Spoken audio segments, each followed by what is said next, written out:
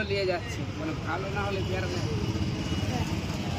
এই দানা কোন খাস্তা টাইপের খেতে ভালো। আমরা আজকে চলে এসেছি পেয়ারা মাখা নিয়ে। আজ সকালে বাজারে গেছি, হঠাৎ করে পেয়ারার দিকে চোখ পড়লো, রে বাপ রে বাপ, এ কি পেয়ারা!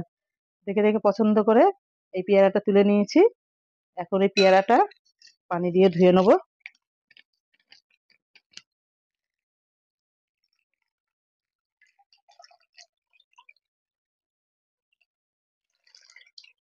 পেয়ারাটা ভালো করে ধুয়ে নিই। কি সুন্দর পেয়ারা!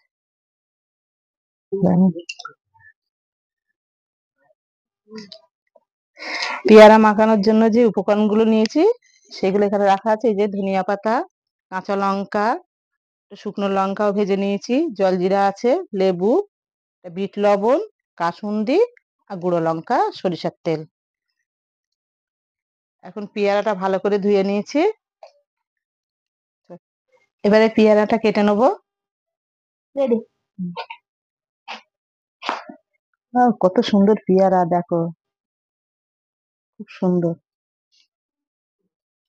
মনে হচ্ছে এক্ষুনি খেয়ে নি, মশলা লাগাতে হবে না। বা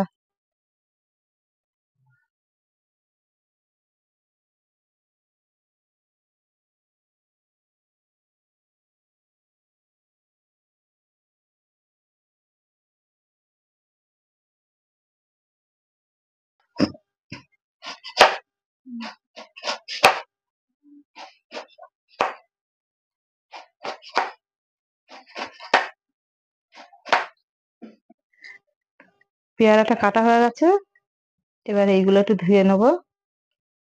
লেবু, কাঁচা লঙ্কা আগে ধুয়ে নেবো, এবারে ধুয়ে নি।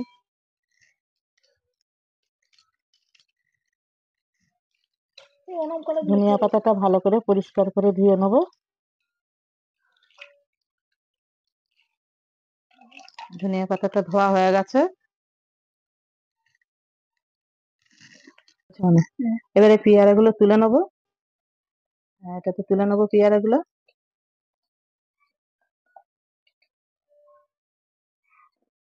এখন ধনিয়া পাতাগুলো একদম কুচি কুচি করে কুচিয়ে নেবো।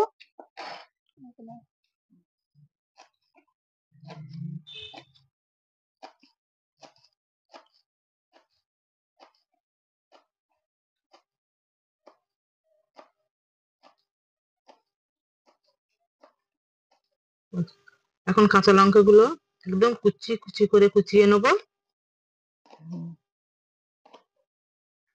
কুচি কুচি করে নেবো কেটে।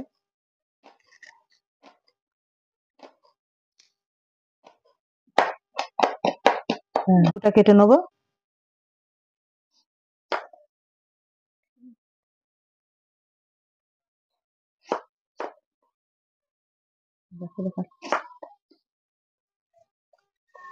বিট লবণ এখন দিয়ে দেবো, বিট লবণ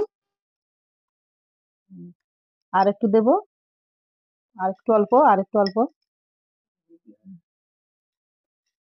কাঁচা লঙ্কা,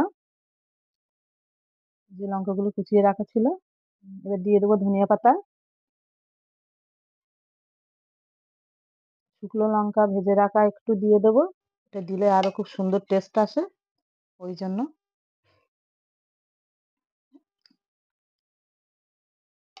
দিয়ে দেবো একটু লেবুর রস,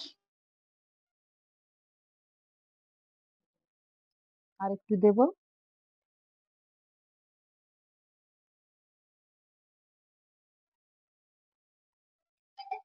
এখন দিয়ে দেবো কাসুন্দি।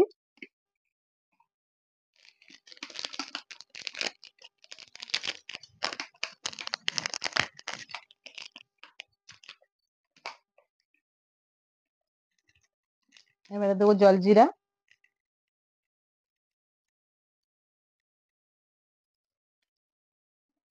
তারপরে দেবো একটু সরিষার তেল।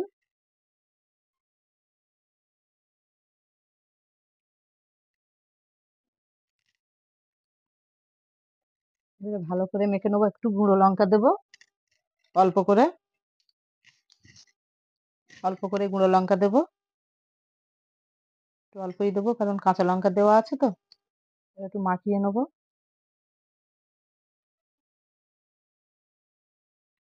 ভালো করে মাখিয়ে নেবো পেয়ারাটা। শুকনো লঙ্কাটা নুকিয়েছে তাই খুঁজে পাচ্ছে না।